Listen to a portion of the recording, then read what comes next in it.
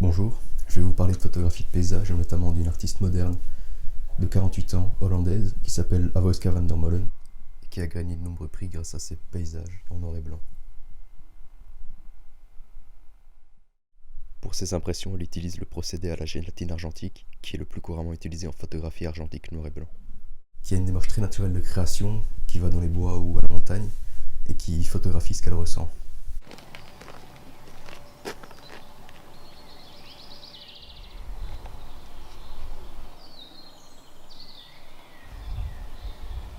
Mais avant de passer à l'analyse de ces images, on va d'abord faire un tour vers l'histoire de la photographie de paysage.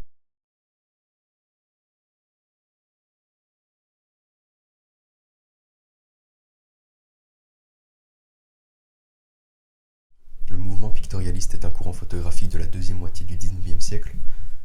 Ce sont des artistes qui vont se réunir et qui vont chercher à faire de la photographie un art. Alors il y a des précurseurs en 1956 par exemple avec Gustave Le Gray et son Brique sur l'eau.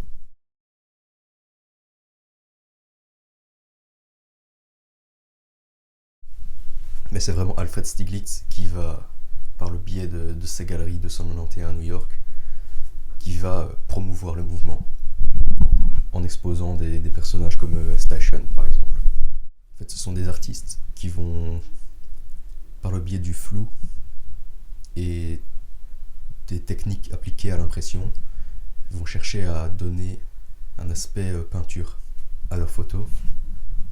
Mais ça ne va pas durer parce qu'en 1917, Alfred Stieglitz va rencontrer Paul Strand, qui lui a une vision totalement différente, qui va faire changer la vision d'Alfred Stieglitz. Et donc on va partir vers quelque chose de plus net jusqu'en 1932.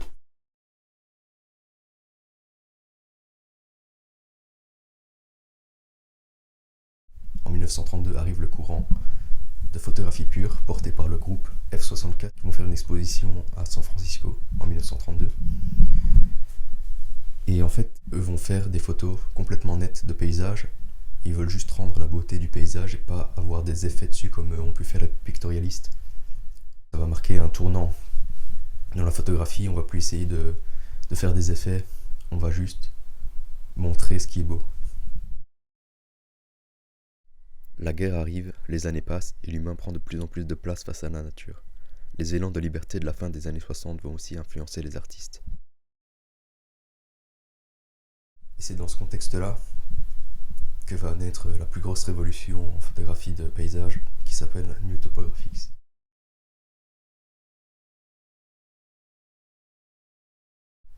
New Topographics, c'est une exposition qui se déroule en 1975.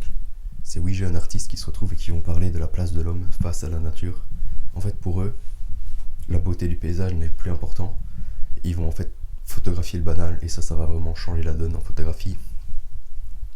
Ils vont se permettre de photographier des endroits qu'on n'aurait pas photographiés auparavant, des endroits pas beaux, comme le beau que recherchait Ansel Adams. Ça, ils veulent plus. Lewis Bals dira: pour moi, un travail artistique est quelque chose qui est intéressant à penser, plus que quelque chose d'intéressant à regarder. Vu qu'il photographie des endroits où les humains vivent, c'est beaucoup plus net, c'est beaucoup plus droit, il y a beaucoup plus d'obliques. En fait, il y a toute une nouvelle norme de la composition qui va se former grâce à eux. Là où des éléments naturels ne pouvaient pas être changés et où on n'avait pas tellement d'impact dessus, eux vont se permettre, face à des murs, face à des poteaux et tout ça, de jouer avec ça et d'utiliser ça comme des éléments afin de créer une image où l'image fait réfléchir, mais pas ce qu'il y a dans l'image. Et ça, c'est la grosse révolution. Robert Adams dira d'ailleurs: en tant que photographe, ce que je recherche généralement est une image où tous les éléments s'imbriquent ensemble dans un tout cohérent et équilibré.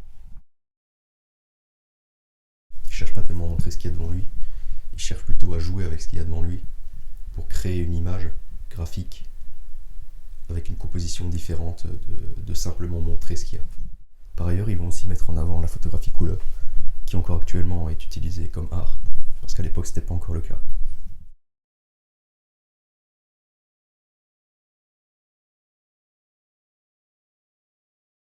C'est ça qui fait la différence entre deux photographies de paysage, comme on a l'habitude de voir, avec des images très nettes, très belles, très commerciales, on peut dire, avec beaucoup de couleurs, on cherche vraiment à mettre le lieu en avant, et une photographie plutôt artistique, où on va chercher à mettre sa patte dans la photo.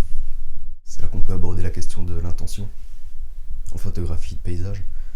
Est-ce qu'on va chercher plutôt à faire une photographie artistique où on donne son ressenti sur l'endroit, ou est-ce qu'on va plutôt chercher à magnifier l'endroit, à le rendre beau, pour peut-être vendre ou tout simplement mieux le décrire?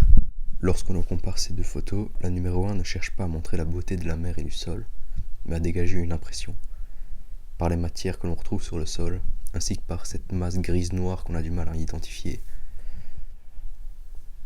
Elle cherche à décrire ce qu'elle ressent par sa composition. Sur la numéro 2, on voit une mer colorée, nette, comme on pourrait la voir dans la réalité. Le photographe cherche à décrire l'endroit, la mer, et non à faire passer son ressenti. Il veut montrer la beauté du lieu. La photo est belle par l'endroit, et non par la réflexion qu'elle procure. Sur l'image 3 et 4, on voit deux montagnes. Déjà présent sur la numéro 1, le noir et blanc joue encore ici un rôle important. Tous les détails que l'on retrouve sur la montagne numéro 4 sont effacés par le noir sur la numéro 3. On se retrouve face à une grosse masse, un ciel gris et comme seul détail une ligne blanche. L'image est très graphique, très simple et pourtant très imposante. Tandis que la numéro 4 cherche une fois de plus à décrire la montagne telle qu'elle est réellement. Le photographe a pris parti de faire une photo descriptive du lieu. Les éléments ne sont plus un prétexte à la composition, mais ils sont montrés tels qu'ils sont. Voilà pour ce qui est de l'analyse de l'intention du photographe. Maintenant, je vais tout simplement vous montrer des photographes actuels pour que vous fassiez un meilleur avis sur ce que vous aimez, ce que vous n'aimez pas, et avec un peu plus de couleur, peut-être pour que vous voyez comment la couleur est utilisée par certains artistes.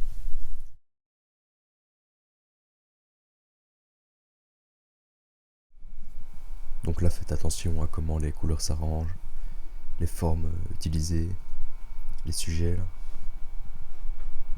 Qu'est-ce qu'il est photographié? Pourquoi il a choisi cet angle-là? Faites aussi attention à ce que les images peuvent vous faire ressentir.